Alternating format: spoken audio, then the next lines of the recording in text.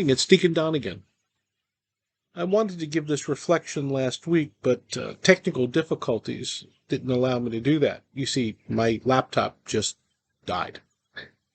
So here I am with a new one, and I'm doing it now because I didn't want to skip this particular message because I felt that in what we're experiencing in life today, this might be helpful to you because I know it was very helpful to me. You know, our lives today can be pretty depressing. Um, we see so many things in our life that kind of makes living difficult. That the only way to get rid of all the insanity is to just give up. Perhaps throw the blankets over your head and say, I'm not getting up today, and I'm not going to work today, and I'm not going to deal with people today.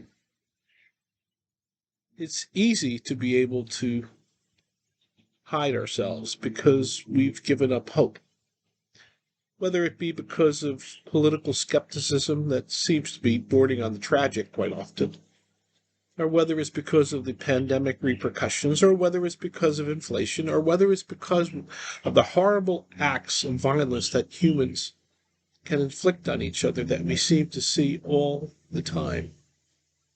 It's hard for us to rise above the insanity of this world, which makes us do things like dive into junk food or perhaps do other things that would suppress our feelings or our pain to make it go away for a while.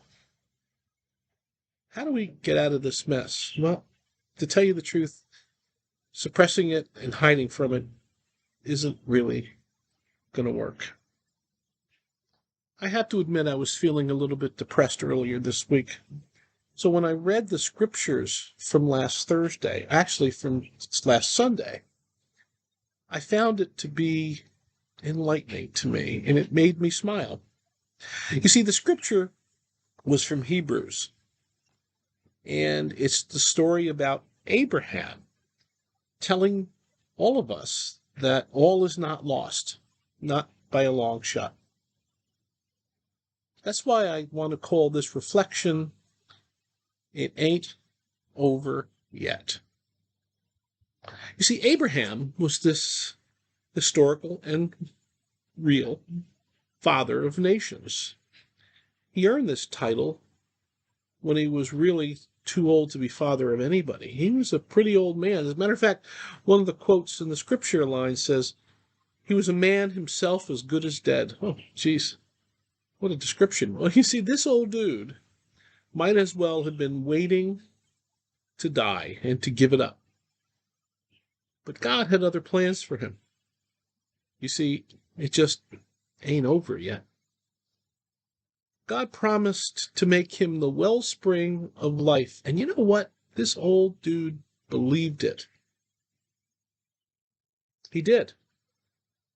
And he did what God asked. And this man jump-started a whole new era of life. Switch to Jesus for a second. He comes into this world to bring us sanity and love. And instead, he's hounded and tortured and crucified and killed. But yet, even in his death, God had other plans. It ain't over yet. He resurrects. And we all know what happened then, don't we? He created a whole new life for us. A life for our humans, a new future, a new hope. He changed the world. One person. You see, when we mere humans, whether we look at it as a whole human race with human history teetering on failure, or whether as an individual person who seems to be so pained that you can't continue, when you feel you can't go on, that's when God has other plans. It ain't over yet. And how do you do that? Simply by buying into two things: hope and trust. You see, because hope is based on trust. So you see, one person can be enough to change the fate of the world, even if it's just a part of the world that you live in. So this time, when things are difficult, can that one person be you? All you need is hope and trust of God being there for us. And that, brothers and sisters, makes me smile. It ain't over yet, no matter what you're going through. There's always hope and trust.